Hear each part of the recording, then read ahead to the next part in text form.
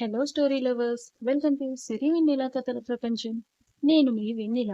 ముందుగా ఎవరైనా మన ఛానల్ని ఇంకా సబ్స్క్రైబ్ చేసుకోకుండా వీడియోస్ చూస్తున్నట్లయితే ప్లీజ్ డూ సబ్స్క్రైబ్. ఇప్పుడు మై డియర్ విలన్ స్టోరీలోకి వినబోతున్నాం. అయితే స్టోరీలోకి వెళ్లే ముందుగా అందరూ వీడియోని లైక్ చేసి షేర్ చేయడం మర్చిపోవద్దు. ఇక స్టోరీలోకి వెళ్ళిపోదాం. My dear villain. ఆరవకి యాక్సిడెంట్ అనగానే మిగిలిన విషయాలేవి వినే స్థితిలో ఉండదు కదా మైరా. వెంటనే ఫోన్ రిసీవర్ ని కిందకి వదిలేసి ఏడుస్తూ అక్కడే కూలబడిపోయింది. అప్పటికే సరయుని కొట్టి రూమ్ లోకి వెళ్లి డోర్ గట్టిగా క్లోజ్ చేసుకున్నాడు ఆర్నవ్. ఆర్నవ్ దెబ్బ దాటిని తప్పుకోలేని సరయు నేలను ఖర్చుకుపోయింది. ఫాస్ట్ గా ఆమెను చేరి పైకి లేపుతున్నప్పుడే అరణ్యకి కింద హాల్లో నుండి మైరా ఏడుపు విని కిందకి చూస్తే కింద కూర్చొని ఏడుస్తున్న మైరా కనపడగానే సరయుని లేపి త్వరగా కిందికి వెళ్ళింది అరణ్య. పెద్దమ్మా అని మైరా దగ్గరికి వెళ్లి తనను లేపి, ఏంటి పెద్దమ్మా ఎందుకు ఏడుస్తున్నావు అని కంగారుగా అడిగితే ఆరవ్ యాక్సిడెంట్ విషయం చెప్పింది మైరా. పెద్దనాన్నకు యాక్సిడెంట్ అనగానే అరణ్య ఏడుస్తూనే వెంటనే రూమ్ లో ఉన్న అన్న ఆర్నవ్ ని పిలిచింది.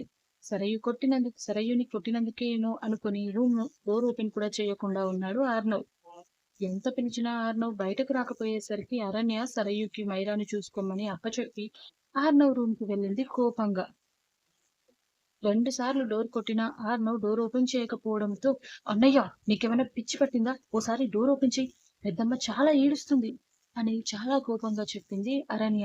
టక్కున డోర్ తీశాడు ఆర్నవ్. ఏయ్, మమ్మీ ఎందుకు ఏడుస్తుందే అని అడిగాడు కోపంగా. మైరా చెప్పిన విషయం చెప్పగానే పరుగున కిందికి వచ్చి ముందుగా మైరా ముందు వాలిపోయాడు ఆర్నవ్. అరగంట తర్వాత కోల్కతాలోని ఓ మల్టీ స్పెషాలిటీ హాస్పిటల్ కి చేరుకున్నారు ఆర్నవ్ మైరా వాళ్ళు విత్ అరణ్య సరయుతో కలిసి. ఇక ఆరవ్ ఇంట్లోంచి బయటకు వచ్చిన మైనా వెంటనే సామ్రాట్ కి కాల్ చేయడం, తాను దారిలోనే ఉన్నాను, కాసేపు వెయిట్ చేయమని చెప్పడంతో బయటే వెయిట్ చేస్తుంది. సరిగ్గా సామ్రాట్ బైక్ అక్కడికి రావడం, ఆర్నవ్ వాళ్ళ కార్ గేట్ నుంచి బయటకు రావడం రెండు ఒకేసారి జరిగాయి. అనుకోకుండా ఆ కార్ వైపు చూసిన సామ్రాట్ కి ఆ కార్ లో మైరా ఏడుస్తూ ఉండడం చూసి తనకు తెలియకుండానే అతని గుండె వేగం పెరిగింది. మైనాను ఫాస్ట్ గా బైక్ ఎక్కించుకుని కార్ ని ఫాలో అయిపోయాడు చాలా స్పీడ్ గా. వాళ్ళ వెనకే సామ్రాట్ మైనా కూడా వెళ్ళిపోయారన్నమాట. అప్పటికే అమన్యు ఆర్తిలకి కూడా విషయం అరణ్య ఇచ్చే ఇన్ఫర్మేషన్ ఇచ్చేసరికి వాళ్ళు కూడా హాస్పిటల్ కి వచ్చేసారు.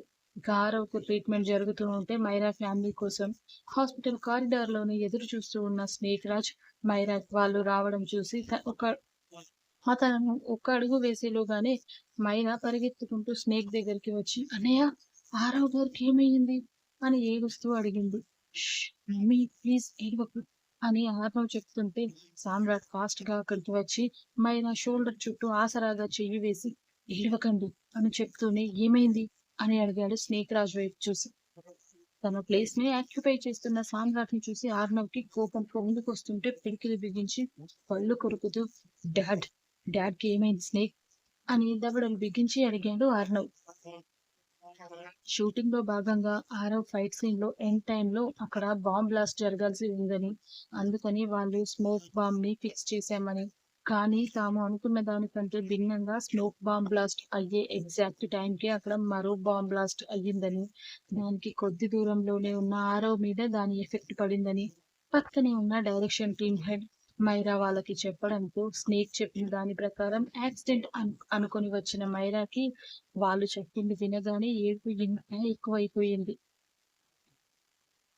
వాళ్ళు చెప్తున్నప్పుడే అక్కడికి వచ్చిన ఆర్వి ఏడుస్తూ వాళ్ళ దగ్గరికి వచ్చి ఏడుపుతో పాటు కోపంగా వాళ్ళ ముందుకు వెళ్లి అక్కడున్న ప్రొడక్షన్ హెడ్ చెంప పగలగొట్టేసింది. షూట్ ఫిక్స్ చేసే ముందు లొకేషన్ మొత్తం చెక్ చేయాల్సిన డ్యూటీ మీదే కదా, మరి ఆ పని చేయకుండా ఏం చేస్తున్నారు అని కోపంగా అడిగింది ఆర్వి. అతను తలదించుకొని, సారీ మేడం, మేము జాగ్రత్తగానే అంతా చెక్ చేసాం కానీ అంటూ అతను తలదించుకుంటే, హా కానీ దానంతటదే అదే టైంకి కాల్లోంచి ఏమైనా ఊడిపడిందంటావా బాంబ్ అని ఆర్నవ్ అతని కాలర్ పట్టుకుని అడిగేశాడు చాలా కోపంగా. అదంతా వింటున్న మైరాకి మాత్రం కళ్ళు తిరిగిపోతున్నాయి. ఆరవ్‌కి ఏమైందో, ఎలా ఉందో తెలియక ప్రాణం పోతున్నట్టు అనిపిస్తుంటే నీరసంగా పక్కకి వాలిపోతున్న మైరా తలను అతని గుండెల మీద అదుముకుంటూ, ఇప్పుడు ఆయనకి ఎలా ఉంది? ఎక్కడున్నారు? ఫేస్‌లో ఎటువంటి ఎక్స్‌ప్రెషన్ లేకుండానే అడిగాడు సామ్రాట్. ట్రీట్మెంట్ జరుగుతుంది సార్. ఐసీయూలో ఉన్నారు అని చెప్పిన స్నేక్ మాట కంప్లీట్ అవ్వకుండానే సామ్రాట్ అడుగులు మైరాను తీసుకుని ఐసీయూ వైపు పడ్డాయి. వాళ్ళ వెనక ఏడుస్తూ ఆర్విని కన్సోల్ చేస్తూ ఆర్తి, అరణ్య, సరయు, మైనా, ఆర్నవ్‌కి తోడుగా అమన్యు అందరూ ఐసీయూ ముందుకు వెళ్ళిపోయారు. ఐసీయూ డోర్స్‌కి కర్టెన్స్ కూడా అడ్డుగా ఉండేసరికి లోపల జరిగేది బయట కనిపించడం లేదు ఎవరికీ. మైరా, ఆర్వి వాళ్ళు మాత్రం ఆ కర్టెన్ చిన్న గ్యాప్‌లోంచి అయినా ఏమైనా కనబడుతుందేమో అన్న ఆశతో చూస్తున్నారు లోపలికి పరీక్షగా.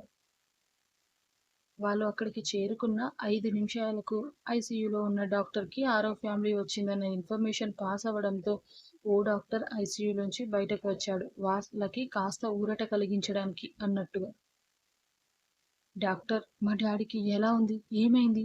అని ఆర్నవ్ వాళ్ళు అతనికి చెరో పక్కన చేరి అడుగుతుంటే, నేను మా ఆయన్ని ఇప్పుడే చూడాలి అని డాక్టర్ ఎదురుగా నిలబడి ఏడుస్తూ అడిగింది మైరా. మైరాను వదలకుండానే అప్పట్నుండి పట్టుకునే ఉన్నాడు సామ్రాట్. డాక్టర్, ఓసారి అందరినీ చూసి please try to understand situation. సార్‌కి ప్రమాదం ఏం లేదు. కానీ అనగానే అందరిలో టెన్షన్ పీక్స్‌లోకి వెళ్ళిపోయింది. డాక్టర్ కానీ అన్న మాటకి. అందరూ క్వెషన్ మార్క్ ఫేస్‌లతో డాక్టర్ వైపే చూస్తూ ఉంటే నథింగ్ టు వరీ. ఒక్కసారిగా పైకి ఎగిరి అంత పైనుండి కింద పడడం వల్ల నేరుగా అది కూడా రైట్ హ్యాండ్ షోల్డర్ మీదనే పడడం వల్ల బాడీ వెయిట్ అంతా ఒకేసారి పడి షోల్డర్ బోన్ బ్రేక్ అయ్యి క్రాక్ వచ్చింది. పైగా అక్కడక్కడ కూడా స్కిన్ బర్న్ అయ్యింది. బట్ లక్కీలీ ఇక్కడ సార్ కాస్ట్యూమ్ అతన్ని కాపాడింది.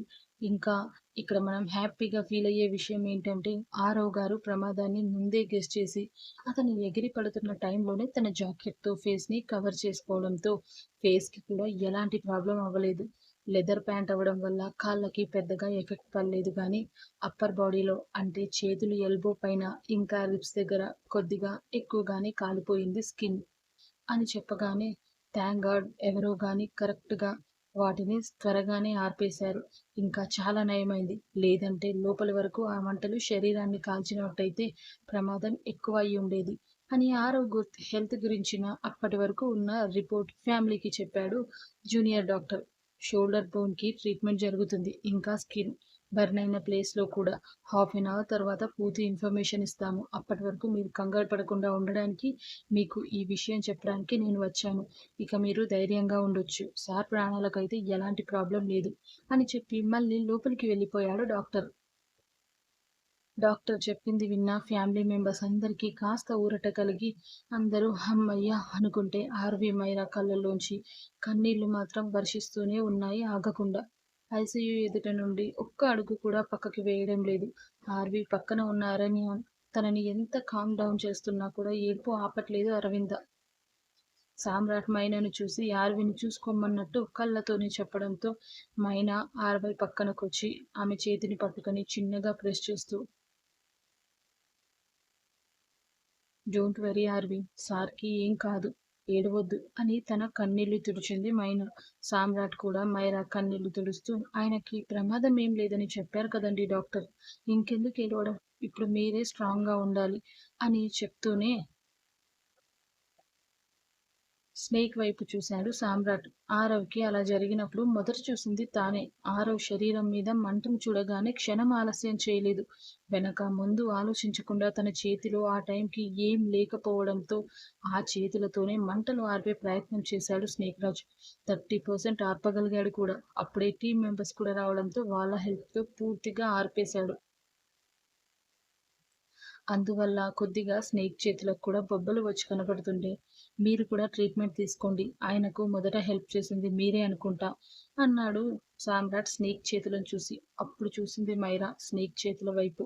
అరచేతుల నిండా బొబ్బలు వచ్చి కనిపిస్తుంటే థ్యాంక్ యూ అన్నయ్య. అప్పుడు కూడా ఆయనకు బుల్లెట్ తగిలినప్పుడు మీరే నాకు తోడుగా ఉన్నారు. మళ్ళీ ఇప్పుడు కూడా మీరే ఆయనకి ఏం కాకుండా కాపాడారు అని చేతులెత్తి దండం పెడుతూ చెప్పింది మైరా. అయ్యయ్యో! మేడం పర్లేదు. సార్ అసిస్టెంట్‌గా ఇది నా డ్యూటీ అని స్నేక్ చెప్తుంటే ముందు మీరు వెళ్లి ట్రీట్మెంట్ చేయించుకోండి అన్నాడు ఆర్నవ్. మైరాను తీసుకెళ్లి విజిటింగ్ చైర్‌లో కూర్చోబెట్టి ఆర్వి పక్కనే కూర్చోబెట్టిన సామ్రాట్ మరో పక్కన ఆర్నవ్ కూర్చొని డాడీకి ఏం కాదు అమ్మా అని మైరా చేతిని తన చేతుల్లోకి తీసుకొని ధైర్యం చెప్పాడు. సామ్రాట్ మైరా ముందు నీల్ డౌన్ చేసి కింద కూర్చుంటూ మైరా చేతిని పట్టుకొని ధైర్యంగా ఉండండి, మీ హస్బెండ్ కి ఏం కాదు అని ధైర్యం చెప్పాడు సామ్రాట్. అది చూసి తట్టుకోలేని ఆర్నవ్ సామ్రాట్ చేతిలోంచి మైరా చేతిని టక్కున లాక్కున్నాడు. కానీ అప్పుడున్న పరిస్థితుల్లో ఎవ్వరూ ఆర్నవ్ ఫేస్ లోని ఎక్స్ప్రెషన్స్ ని గమనించలేదు. ఎక్కడి వారు అక్కడే నిలబడిపోయారు ఒక గంట వరకు. గంట తర్వాత ఆరవ్ను ఉంచిన ఐసీయూలోంచి బయటకు వచ్చిన డాక్టర్ని చూడగానే మళ్ళీ మైరా, ఆర్నవ్ వాళ్ళు ముందుగా డాక్టర్ ముందుకు వెళ్ళి ఏమైంది అని అడిగారు కంగారుగా. హీఈస్ అవుట్ ఆఫ్ డేంజర్, కాకపోతే రెస్ట్ ఎక్కువ తీసుకోవాలి. అట్లీస్ట్ ఒక 15 days వరకైనా షూటింగ్స్కి వెళ్ళకపోవడమే మంచిది. పైగా తన రైట్ హ్యాండ్ షోల్డర్ మీద ఎక్కువ బరువు పడకుండా చూసుకోండి. అరగంటలో రూమ్కి షిఫ్ట్ చేస్తాం అని చెప్పారు డాక్టర్స్. ఎక్కువ మంది ఒకేసారి కాకుండా పేషెంట్ దగ్గర వీలైనంత తక్కువ మెంబర్స్ ఉండేలా చూసుకోండి అని డాక్టర్ వెళ్ళిపోతే ఆరవ్ కొడుగ్గా ఆర్నవ్ అక్కడి వాళ్లకు తెలిసి ఉండడంతో ప్రిస్క్రైబ్ ఆర్నవ్కి ఇచ్చి అవసరమైన మెడిసిన్ తీసుకురమ్మని చెప్పాడు జూనియర్ డాక్టర్. అరగంట తర్వాత ఆరవ్ను స్పెషల్ రూమ్కి షిఫ్ట్ చేశారు. ముందుగా మైరానే ఏడుస్తూ వెళ్తుంటే సామ్రాట్ మైరా చేతిని పట్టుకొని వెనక్కి తిరిగిన తన కన్నీళ్లు తుడిచి, మీరు ఇలా ఏడిస్తే మీ హస్బెండ్ మిమ్మల్ని కోప్పడతారు కదా అన్నాడు సామ్రాట్. మైరా అది నిజమే అనుకుని కన్నీళ్లు తుడుచుకొని ఆర్బీతో కలిసి లోపలికి వెళ్ళింది. రూమ్ బయట ఆర్నవ్ సామ్రాట్ ద్వారపాలకుల్లా చెరో పక్కా నిలబడి ఒకరినొకరు చూపులతోనే చంపేసేలా చూసుకుంటున్నారు. సామ్రాట్ పక్కన మైనా ఉంటే ఆర్నవ్ పక్కన అరణ్య ఉంది. అరణ్య పక్కనే సరయు కూడా. ఆర్నవ్కి మైనా అక్కడ ఉండడం నచ్చుతున్నా కూడా సామ్రాట్తో కలిసి ఉండడం మాత్రం అస్సలు నచ్చట్లేదు. దాంతో సామ్రాట్ వైపు కోపంగా చూస్తూ, మైనా, ఆ కంపెనీ వాళ్ళు ఈ రోజే వాళ్ళ డిజైన్స్ ని సెండ్ చేయమని చెప్పారు కదా, నువ్వు ఆఫీస్కి వెళ్ళి ఆ వర్క్ చూస్తే బాగుంటుంది కదా అన్నాడు సీరియస్ గా. మైనాని అక్కడి నుంచి పంపేయాలి అన్న ఉద్దేశంతో. తను ఆఫీస్లో జాయిన్ అయిన దగ్గర నుండి ఇప్పటి వరకు ఆర్నవ్ తనతో ఎప్పుడు ఇంత కోపంగా మాట్లాడింది లేదు. మొదటిసారి ఆర్నవ్ అంత సీరియస్ గా చెప్పడంతో మైనా కూడా వెంటనే తడబడుతూ ఓకే సార్ అని అక్కడి నుండి వెళ్ళడానికి సామ్రాట్ వైపు చూసింది. సామ్రాట్ ఆర్నవ్ మాటను అస్సలు కేర్ చేయకుండా మైనా చేతిని పట్టుకుని ఒక్క 5 నిమిషాలు ఆగవే అంటూ చెప్పాడు. మేడం బయటకు వచ్చాక అతనికి ఎలా ఉందో కనుక్కొని వెళ్ళిపోదాం. అసలే ఆవిడ చాలా భయపడుతున్నారు, ఇప్పుడు వదిలేసి వెళ్ళిపోతే ఎలా అన్నాడు సామ్రాట్. మా మమ్మీని చూసుకోవడానికి మేమున్నాం, ఇలా ఎవడో గల్లీ రౌడీ చూసుకోవాల్సిన అవసరం లేదు అని కోపంగా అన్నాడు ఆర్నవ్. ఆర్నవ్ మాటకి పిడికిలి బిగించి ఒక్కసారిగా ఆర్నవ్ మీదికి దూసుకుని వెళ్ళిపోయాడు సామ్రాట్ కోపంగా. సామ్రాట్ కోపానికి అటు మైనా ఇటు అరణ్య సరయు వాళ్ళు జడిసి ఆర్నవ్ వెనుక అరణ్య వాళ్ళు నిలబడితే సామ్రాట్ వెనుక మైనా వచ్చి సామ్రాట్ గారు అని సామ్రాట్ షర్ట్ ను వెనక నుండి పట్టుకుని ఆపుతూ ఉంది. సర్రున వెనక్కి తిరిగి మైనాను చూసి వేలు చూపిస్తూ ఏయ్ నువ్వు అని కోపంగా మైనాను గదిమి మరోసారి ఆర్నవ్ వైపు తిరిగి పిడికిలి బిగించి అతని కాలర్ను పట్టుకుని ముందుకు లాగి తన పిడికిలిని ఆర్నవ్ ఫేస్ దగ్గరికి తీసుకుని వెళ్ళాడు సామ్రాట్. సరిగ్గా అతని మొహానికి అరంగుళం దూరంలో ఉన్నప్పుడు ఆరవ్ను ఉంచిన రూమ్ డోర్స్ ఓపెన్ అయ్యాయి. మైరాని చూడగానే తన కోపం అంతా బుస్సున చల్లారినట్టు ఒక్కసారిగా ఆర్నవ్ కాలర్ వదిలి చేతిని వెనక్కి తీసుకుని పిడికిలిని అసహనంగా విదిలించాడు సామ్రాట్. తను వచ్చేసరికి ఇద్దరూ చాలా దగ్గరగా ఉన్నట్టు మాత్రమే కనిపించింది మైరాకి. ఒకరినొకరం కోపంగా చూసుకోవడం, కొట్టుకోవడం వరకు వెళ్ళడం ఏమీ కనిపించకపోవడంతో నార్మల్ గానే ఉన్నారు అనుకుని ఆరు అని పిలిచింది మైరా. హా మమ్మీ, ఇప్పుడు డాడ్కి ఎలా ఉంది అని అడిగాడు ఆర్నవ్. సామ్రాట్ మైరా వైపు తిరిగి ఆయన ఇప్పుడు బాగున్నారు కదా మేడం, ఇక నుంచైనా మీరు ఏడవడం ఆపేయండి, ముందు పదండి కొంచెం కాఫీ తాగి రిలాక్స్ అవుదురు గాని అన్నాడు. ఇందాకటి నుండి ఏడుస్తూనే ఉన్నారు, మొహం చూడండి ఎలా అయ్యిందో అంటూ మైరా చేతిని పట్టుకుని ముందుకు తీసుకెళ్తుంటే మమ్మీ, ఇక్కడ టీ కాఫీ అంత బాగుండదు, నేను మీకు మంచి రెస్టారెంట్ నుంచి తెప్పిస్తాను, ఇలా అలగా జనంతో బయటికి వెళ్ళి అడ్డమైన చోట కాఫీ తాగాల్సిన అవసరం మనకి లేదు అన్నాడు ఆర్నవ్ కోపంగా సామ్రాట్ వైపు చూస్తూ. ఇక ఈసారి సామ్రాట్‌కి టెంపర్ ఆగలేదు. మైరా పక్కనుంది అనే విషయం కూడా మర్చిపోయి, "రేయ్! ఎవర్రా అలగజనం" అంటూ మరోసారి వెనక్కి తిరిగి వెళ్ళబోతున్న సామ్రాట్‌ను మైరా ఆపుతూ, "సామ్రాట్, ఆరుని, నిన్ను ఇద్దరిని ఒక్కసారి ఆయన పిలవమని చెప్పారు. రూమ్‌లోకి అయితే వెళ్ళిరండి ముందు" అని చెప్పింది మైరా. "Mummy, నన్నంటే okay. మరి వాణ్ణెందుకు పిలిచారు డాడీ" అని కోపంగా అడిగాడు ఆర్నవ్. నిజానికి ఆ విషయం మైరాకి కూడా అర్థం కాలేదు. ఆరుని అంటే కొడుకు కాబట్టి పిలిచుంటాడు. బట్ సామ్రాట్‌ని ఎందుకు పిలిచాడో అర్థం కాలేదు. అడుగుదామన్నా కూడా సీరియస్‌గా చూశాడు. దాంతో ఇక ఏం మాట్లాడకుండా బయటకు వచ్చేసింది మైరా. ఆరవ్ ఎందుకు పిలుస్తున్నాడు? సామ్రాట్‌కి తెలిసే ఉండడంతో సైడ్ స్మైల్‌తో ఓసారి ఆర్నవ్‌ని చూసి, "ఓకేనండి, నేనిప్పుడే వెళ్తాను" అంటూ లోపలికి వెళ్ళాడు ముందుగా సామ్రాట్. సామ్రాట్ లోపలికి వెళ్ళగానే కోపంగా డోస్ తీసుకొని అతని వెనకే లోపలికి వెళ్ళాడు ఆర్నవ్ కూడా. లోపల బెడ్ మీద ఆర్నవ్‌కి ఇంకా ఫ్లూ ఆరవ్‌కి ఇంకా ఫ్లూయిడ్స్ పెట్టి ఉండడంతో ముందుగా ఆర్నవ్ అతని ముందుకు వెళ్లి, "డాడ్, ఇప్పుడు మీకెలా ఉంది? అసలు ఎలా జరిగింది ఇదంతా?" అని అడిగాడు. "హ్మ్. బానే ఉందిరా. నాకేం కాలేదు గానీ, మీ మమ్మీ, చెల్లి అంతగా ఏడుస్తుంటే నువ్వేం చేస్తున్నావురా? పక్కనే ఉండి చూసుకోవాలి కదా" అని సీరియస్‌గా అడిగాడు ఆరవ్. సామ్రాట్ ముందే తనని అలా సీరియస్ అవ్వడంతో ఆర్నవ్ మొహం చిన్నబుచ్చుకుంటూ, డాడ్, నేను ఎంత చెప్పినా మమ్మీ వినలేదు. నీకు తెలుసుగా నువ్వంటే మమ్మీకి ఎంత ఇష్టమో అని ఆర్నవ్ కంప్లైంట్‌గా చెప్తుంటే, పక్కనే ఏ భావం లేకుండా నిలబడి ఉన్న సామ్రాట్ వైపు చూసి, గుడ్, నా వైఫ్‌ని ఏడవకుండా కంట్రోల్ చేసినందుకు అని చెప్పాడు ఆరవ్ యాటిట్యూడ్ ఎక్కడా తగ్గకుండా. నేను మీ వైఫ్ కాబట్టి కన్సల్ట్ చేయలేదు. మేడం నాకు నచ్చారు కాబట్టి చేశాను. ఆవిడ ఏడవడం నేను చూడలేను కాబట్టి కన్సోల్ చేశాను అని అంతకంటే యాటిట్యూడ్‌గా చెప్పాడు సామ్రాట్. హ్మ్. అని ఓ నిట్టూర్పు విడిచి, ఇక నుండి తనని ఏడవకుండా చూసుకోవాల్సిన బాధ్యత నీది. నేను హాస్పిటల్‌లో ఉన్నన్ని రోజుల్లో తన కంట్లోంచి ఒక్క చుక్క కన్నీరు బయటకు వచ్చినా, నేను హాస్పిటల్ నుంచి డిశ్చార్జ్ అయిన నెక్స్ట్ డే ఇదే బెడ్ నీకోసం రిజర్వ్ చేయాల్సి వస్తుంది. సీరియస్‌గా చెప్పాడు ఆరవ్.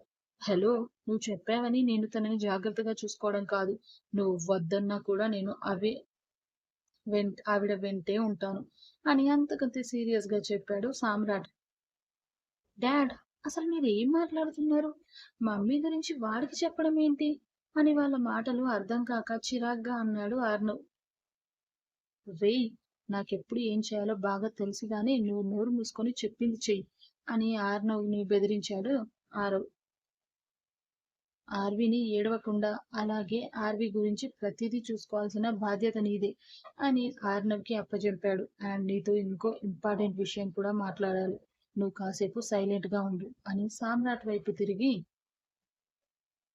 మేనేజర్ అన్ని విషయాలు చెప్పాడు కదా నీకు అన్నాడు ఆరవ్.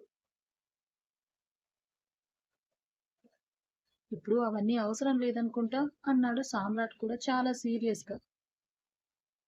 నేనెప్పుడు ఏం చేయాలో నాకు బాగా తెలుసు. ఒకడు చెప్తే చేయాల్సిన అవసరం నాకు అస్సలు లేదు అన్నాడు ఆరవ్. సేమ్, నేను కూడా అంతే.